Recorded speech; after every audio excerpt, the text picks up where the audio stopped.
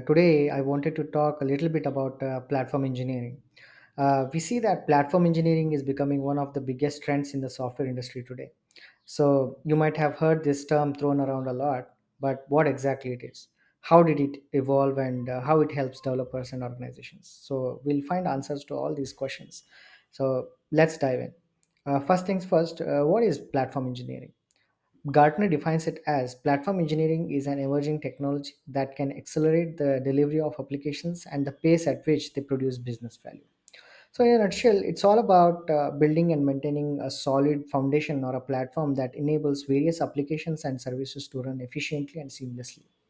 So, think of it as the backbone of any digital ecosystem, making sure everything works together harmoniously.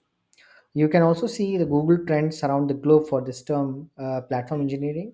It is just growing up and above. So you might ask, like, why did platform engineering evolve in the first place? Right, that's the question that we all have. So platform engineering evolved due to the growing complexity of software systems and the need for more efficient and scalable ways to develop, deploy, and manage applications, basically. So, as the technology landscape advanced and businesses started relying heavily on cloud and software based solutions, the traditional approach of building standalone applications began to face severe challenges. Right, the tools that we have today are kind of very overwhelming, and it gets too difficult and complex for any developer to learn and understand these tools. The cognitive load and pressure these developers go through is a lot. For example, in a typical engineering department or a team, developers usually wait for the infra team or a sysadmin to create a simple EC2 instance for them.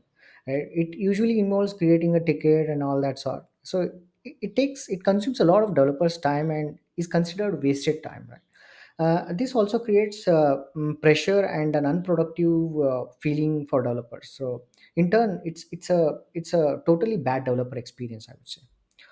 Instead of the old and traditional methods, platform engineering brings together experts from various fields in your organization to form a powerhouse team. So you can see that pic here.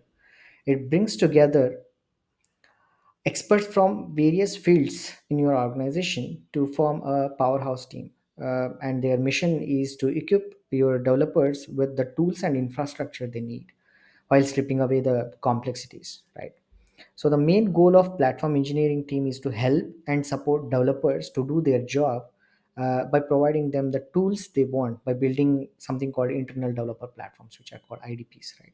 So these platforms provide a set of tools, services, frameworks that enable developers to build, test, and deploy applications more efficiently and consistently. So, in summary, platform engineering evolved as a response to the increasing demands and complexities of modern software systems. It provides a structured and efficient way to build, deploy, and manage applications, enabling businesses to meet the ever-changing needs of their users and markets. So now you might be wondering what components make up this platform engineering, right? Well, there are basically three components. I would say three pillars. The first pillar is infrastructure, as you can see here. The first pillar is infrastructure. This includes the servers, networks, and the databases that host and store the application's data. The second pillar is tools and services. These are like the helpful hands that assist developers in building, deploying, and managing applications. Tools can range from version control systems to automated testing frameworks, making developers' lives much easier. Right. This also involves the CI/CD platforms and all that. The third pillar is monitoring and security. You can see in the picture it involves like observability tools, security vulnerability tools, API security tools, threat detection tools, and the cyber security tools. And then the next thing I would like to talk about some of the tools for platform engineering. According to me, some of my favorite platform engineering tools include Backstage for building developer portals, Docker, we all know, for containerization, Kubernetes for container orchestration, Crossplane for cross Kubernetes infrastructure management, Harness, GitLab, and Circle CI for CI/CD, Argo CD for advanced CD and GitOps. Cubia, it's a new one as a chat GPT like assistant for developers, chat ops for developers to create automated workflows, DevOps workflows, and Artifactory to store the artifacts. Right. So we talked about the meaning of platform engineering, how did it evolve, what are the components, and what are some of the tools for platform engineering. Hope you guys like this video and keep supporting and share this with your DevOps friends and colleagues. Hope you guys understood what platform engineering is and all that. Thanks.